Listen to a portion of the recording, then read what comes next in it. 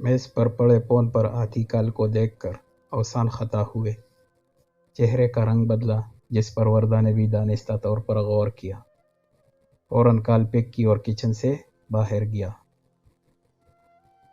وردہ، جس نے پراٹھے کو کبھی بھی روبت سے نہ کھایا اور بالخصوص نہ ہی ناشتے میں کھانے کی عادت تھی، آج صرف موسیٰ سکندر خان کو زج کرنے کے لیے نئے آٹے سے پراٹھے بنوائے تاکہ اس کے انکار پر اس کو نیچا دکھانے کا موقع ہاتھ لگ جائے، جبکہ ابھی وردہ پورے انہماک سے سیر ہو کر موسیٰ کے ہاتھوں سے تیار کردہ تازہ پراٹھوں سے لطف اندوز ہو رہی تھی۔ موسیٰ، جو کہ بڑے بیکلی سے سیٹنگ روم میں صوفے پر براجما کسی سے محو گفتگو تھا، یہ بھول ہی چکا تھا کہ ساتھ ہی کچن میں وردہ حرف بحرف ساری گفتگو سن سکتی ہے۔ یار کیا بول رہے ہو؟ وہ سب تمہاری ذمہ داری تھی، مجھے نہیں پتا۔ اگر دوسرے شہر بھی جانا پڑ جائے تو جاؤ اور اس کا ہر ممکن علاج کرواؤ، پیسوں کی فکر نہ کرو، وہ میری ذمہ داری ہے۔ ابھی میں نہیں آ سکتا، ورنہ میں خود سارے معاملات سنبھال لیتا۔ باقی اس کے گھر والوں کو مطلع کر دیا ہے اور ان کو جس چیز کی بھی ضرورت ہے پہنچاؤ۔ مجھے کسی قسم کی شکایت کا موقع نہیں ملنا چاہیے، یہی سمجھو۔ اگر اسے کچھ ہو گیا تو وہ میری زندگی کی سب سے بڑی ناکامی ہوگی، میں اپنے آپ کو کبھی بھی معاف نہیں کر پاؤں گا۔ سر آپ بے فکر ہو جائیں، میں سب سنبھال لوں گا۔ باقی نئے آرڈرز ملے ہیں، آپ ان کے ای میلز دیکھ لیں تاکہ کسی قسم کی تاخیر نہ ہو۔ وہ میں سب سنبھالوں گا یار، مجھے بس ساری صورتحال سے وقتاً فوقتاً آگاہ کرتے رہنا پلیز۔ موسیٰ نے فون آف کر کے ٹراؤزر کی جیب میں ڈالا اور ادھر ہی صوفے پر سر پکڑ کر بیٹھ گیا۔ ایک تو گھر میں نئی نویلی دلہنیاں اکیلی تھی، اگر گھر سے نکلنا بھی چاہتا تو بھی ناممکن تھا، کیونکہ وہ گزشتہ پوری رات باہر گزار کر آیا تھا۔ چونکہ حالہ بھی اس کے ساتھ والے کمرے میں تھی تو اسے وردہ کے اکیلے پن کی فکر نہ تھی، اور پھر اس کی خاص تنبیہ جو کہ تمام ملازمین سر آنکھوں پر رکھتے تھے، اب سونے پہ سہاگا، پاؤں میں لگی چوٹ گائے بگاہے بڑھتی چبھن سے یاد دہانی کروا رہی تھی۔ وردہ کا رویہ اس کی امیدوں سے بھی بڑھ کر تکلیف دہ ثابت ہوا تھا۔ شاید میری آزمائش ابھی تک پوری نہیں ہوئی ہے۔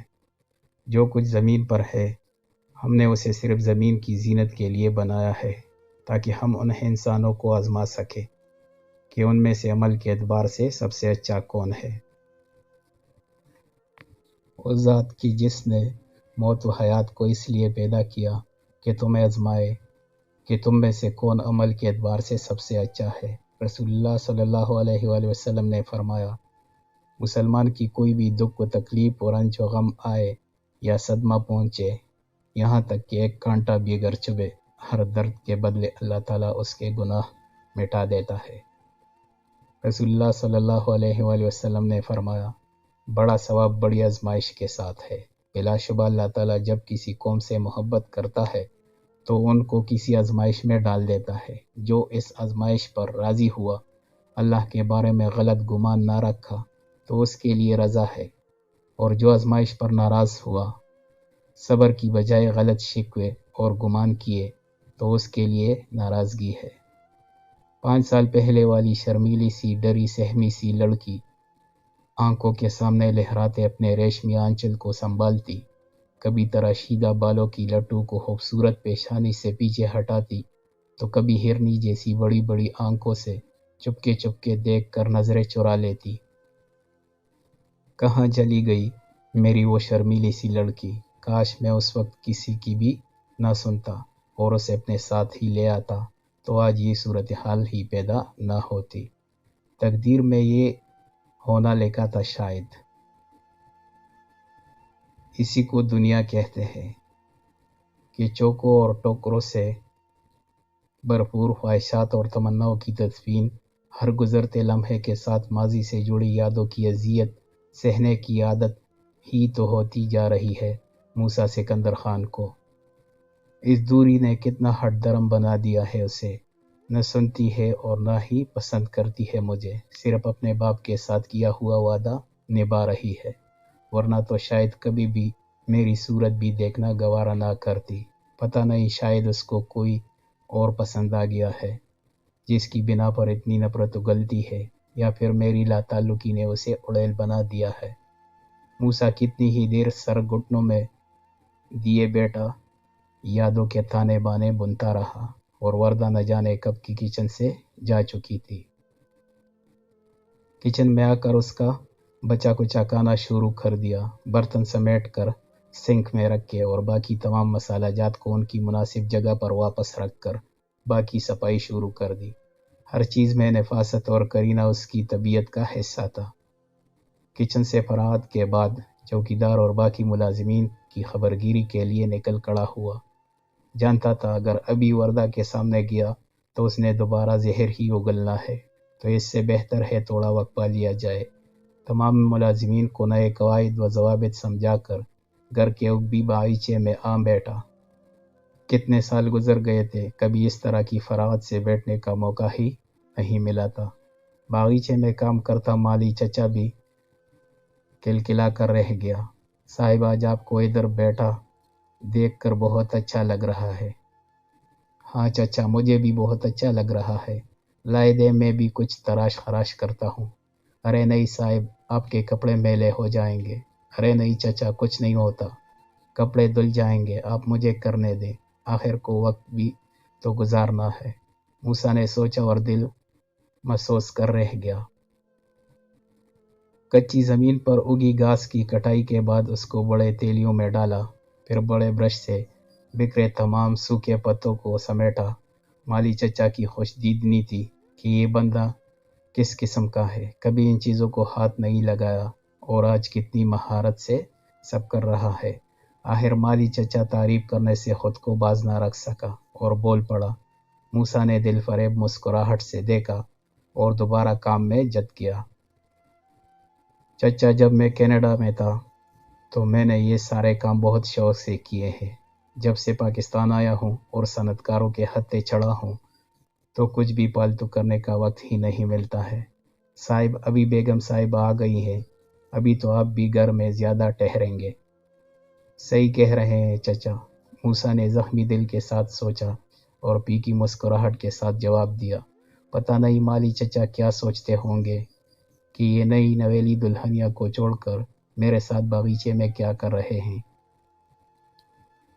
خیر، سوچنے دو، اور کوئی راہ فرار بھی تو نہیں ہے۔ وہ مسلسل 2 گھنٹے سے باغیچے میں مالی چچا کے ساتھ کام میں جتا رہا اور وقت کا پتہ ہی نہیں چلا۔ گھڑی پر نظر پڑتے ہی بولا، چچا ابھی تو ظہر ہونے والی ہے، میں تو ابھی شاور لوں گا اور آپ بھی نماز کی تیاری پکڑیں۔ ٹھیک ہے صاحب۔ چچا کتنی مرتبہ بولا ہے صاحب نہیں بیٹا بولا کرے، مجھے بہت اچھا لگے گا۔ اچھا صاحب بیٹا، اب ٹھیک بولا ہے۔ جب میں اکثر آپ کے ساتھ کام کروں گا تو بیٹا بولنے کی عادت ہو جائے گی انشاءاللہ۔ کمرے میں پہنچ کر ظالم حسینہ کو کڑکی کے پاس کھڑے دیکھا۔ بوٹم اور سادہ سی ٹی شرٹ میں لیئرز میں کٹے ریشمی بالوں کو بکیرے اپنی ہی سوچوں میں گم تھی۔ نہ جانے ابھی مجھے زج کرنے کے کون سے منصوبوں پر سوچ رہی ہے۔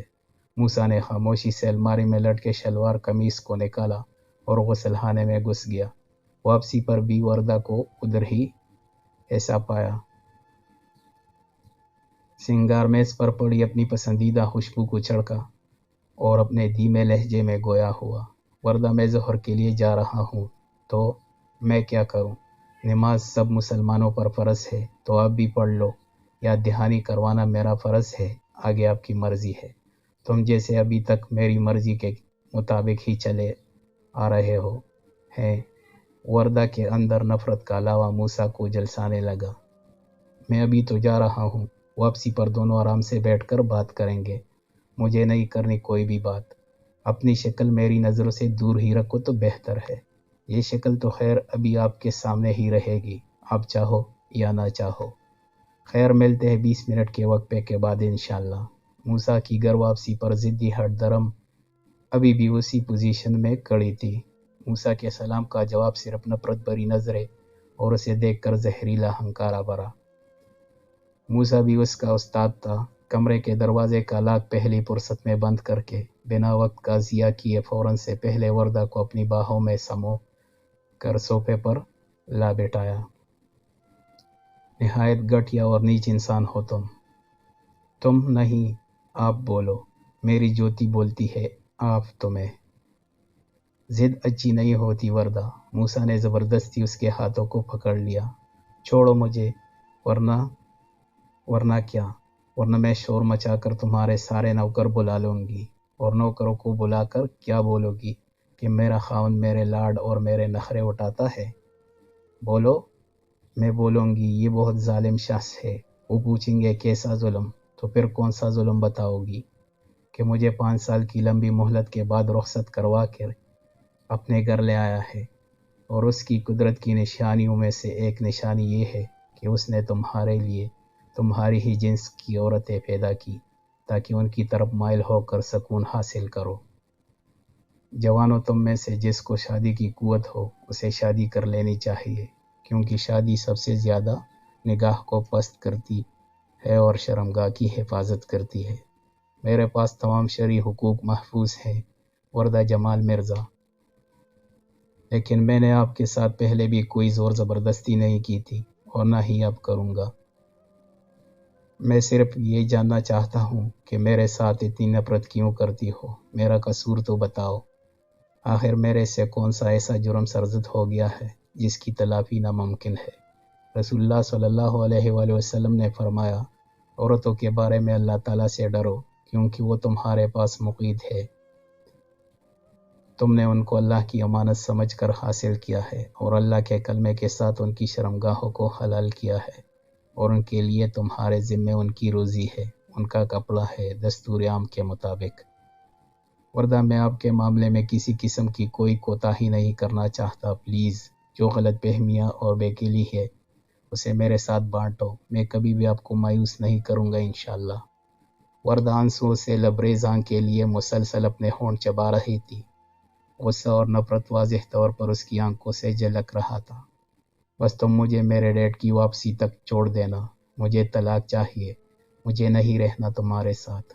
میں وجہ جاننا چاہتا ہوں اور مجھے پورا حق ہے مجھے کیوں نہ کردہ گناہوں کی سزا ملے۔ میں لولا لنگڑا ہوں، نشئی ہوں، اور یا پھر غیر عورتوں کے ساتھ میرے ناجائز تعلقات ہیں۔ مجھے وجہ جاننی ہے وردہ جمال مرزا، اور میں آپ کے جواب کا منتظر ہوں۔ موسیٰ نے وردہ کے ہاتھوں کو اپنے دیکھتے لبوں کے ساتھ لے جا کر واپس چٹک کر دوبارہ اس کی گود میں رکھ دیا۔ سہولت سے لفظوں کے تیر اور بہانوں کی کمان کو یکجا نہیں کر پاؤ گی۔ کبھی کلیہ آنکھوں کی پتلی سے حقیقتوں کا ادراک تمہیں تڑپائے گا۔ وردہ کو موسیٰ کی بدلتی کیفیات سے خوف آ رہا تھا۔ آنکھیں لال اور کن پھٹی سے تنی ابری رگیں واضح نظر آ رہی تھی۔ وردہ میں منتظر ہوں، لہجہ بالکل دھیما لیکن باروب جو مخاطب کو لرزا دینے کے لیے کافی تھا۔ کیا چاہتی ہو؟ نماز چھوڑ دوں؟ داڑھی کاٹ دوں؟ وطن عزیز میں رہنا چھوڑ دوں؟